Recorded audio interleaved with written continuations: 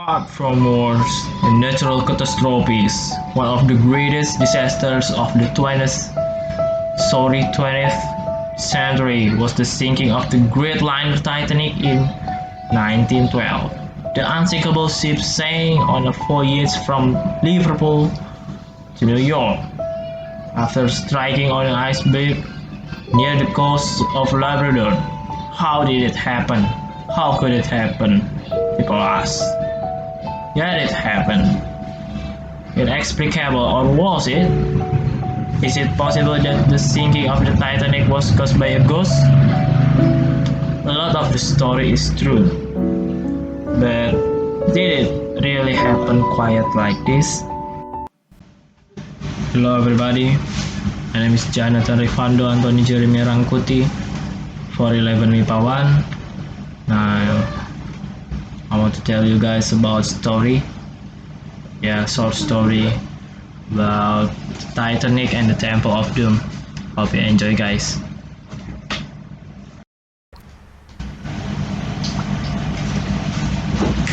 We need to leave the icy cold waters of the North Atlantic and go thousands of miles back to the dry heat of the Nile Valley in Egypt. It is here perhaps that we can find the start of the mystery of the Titanic. Here in the year 1910, in the great city of Cairo, one day a British Egyptologist called Douglas Murray was staying in Cairo. He was contacted by a man he did not know, a strange American adventurer. The American had something unusual to offer the British archaeologist, something that was certain to thrill him: a beautiful ancient Egyptian mummy case containing the mummy of the high priestess from the temple of the god Amun-Ra. The object was over 3,000 years old. Wow, 1,000 years old. But in beautiful condition gold, with bright paintings on it and a portrait of the princess. The American did not want a lot of money for it, and Murray was delighted. He gave the man a check. The check was never cashed. That evening, the American who had sought the case died. For his part, Murray arranged to have the treasure sent back to Britain. However, it was not long before he learned more about the beautiful mummy. Apparently, it had been discovered in a funeral chamber in a dry part of the Nile Valley. On the walls of the chamber, there were inscriptions which warned of terrible consequences to anyone who broke into the tomb.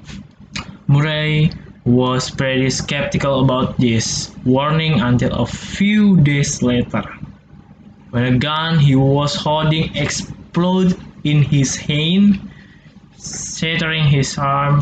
The arm had to be amputated. Murray decided to come back to England. On the return journey, two of his companions died from mysterious cause. Two servants who had handled the mummy died soon afterwards. By this time, Murray had decided that there really was a spell on the mummy, and he decided to get rid of it. A lady he knew said she would like it, so he gave it to her. Shortly afterwards, the lady's mother died, and her fiancé left her. She herself got a strange disease. She tried to give the mummy case back to Douglas Murray, but naturally Murray didn't want to have anything more to do with the cursed object. In the end, it was presented to the British Museum. It was presumed that that would be the end of the story, but it was not. Even in the museum, the mummy continued to cause strange events. A museum photographer died shortly after taking pictures of the new exhibit, and a curator also died for no apparent reason. In the end, the governors of the British Museum, not usually considered to be frivolous people, decided to get rid of the mummy. They decided to give it to a museum in New York. At the start of April 1912, arrangements for the transfer were complete, and the mummy began its journey to its new home. Unfortunately, or was it fortunately, the New York Museum never received its new exhibit, for when it sank, one of the objects in the strong room of the Titanic was the mummy case of the priestess of the Temple of Amon-Ra, or so they say. No, I didn't. Okay, thank you guys for listening this video. Thank you, Mr. Ilham or Mr. Suprapto to listening this video. Hope you enjoy and can understand what I say. Hoy me tienes loca, te lo quiero decir, que estoy enamorada y feliz junto a ti. Oh baby, you got me going so crazy.